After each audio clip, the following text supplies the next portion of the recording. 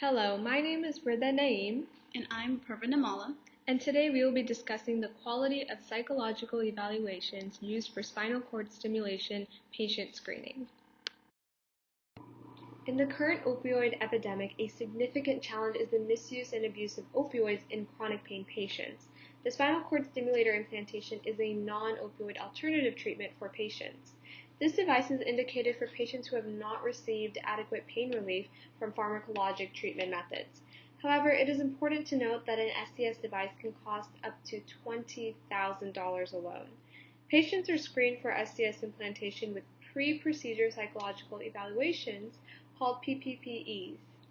These evaluations consist of an interview between the patient and a trained mental health specialist to discuss the patient's medical, social, family, education, and psychological health history.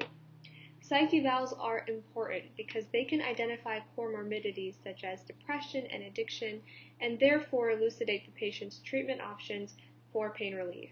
This could potentially save thousands of dollars of unnecessary surgery in patients that may not benefit from the device.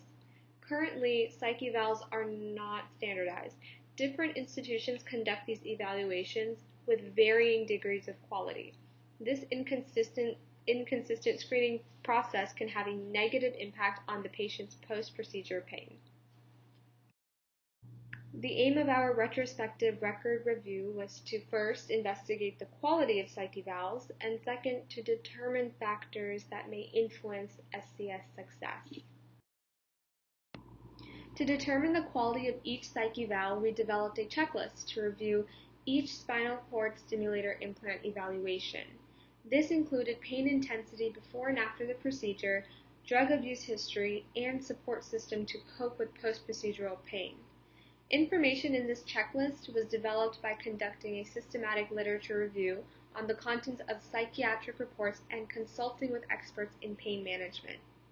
Once we obtained psych evals of 50 SCS implantation patients from the electronic medical record at the Augusta University Medical Center, we manually reviewed each psych eval and screened for 49 variables into a master Microsoft Excel checklist.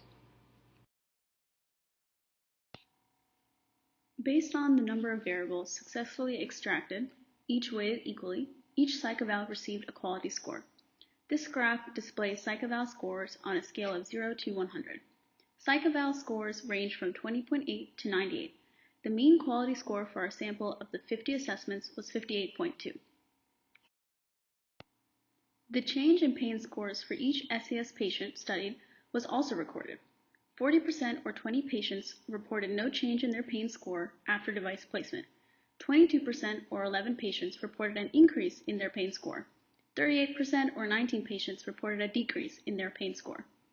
The results of this retrospective record review show a lack of consistency in psych eval quality and post-procedure pain control for patients who underwent SCS implantation procedures. In ongoing research, we will investigate pain scores and psych eval quality scores to quantify the impact psych evals have on pain scores. Using this information, we aim to modify existing psychological assessment tools and develop a new standardized psych eval. Standardized psych evals should be conducted by a qualified professional and include the following: previous measures which failed to achieve adequate pain reduction, current pain characteristics, SCS trial efficacy, expectations about pain control after the SCS implant, the patient's insight and judgment, and any psychogenic etiologies that would make a SCS of low utility. More prospective studies on psych evals and SCS implantation post-operative pain should be conducted to improve care for the chronic pain patient population. Feel free to take a look at our references. We would first like to thank Augusta University Center for Undergraduate Research for awarding us a 2021 research grant, and we would also like to thank Dr. Luffy Young and Chris Narain for mentoring us throughout this whole process. And lastly, we'd like to thank the Department of Physiological and Technological Nursing as well as the Medical College of Georgia.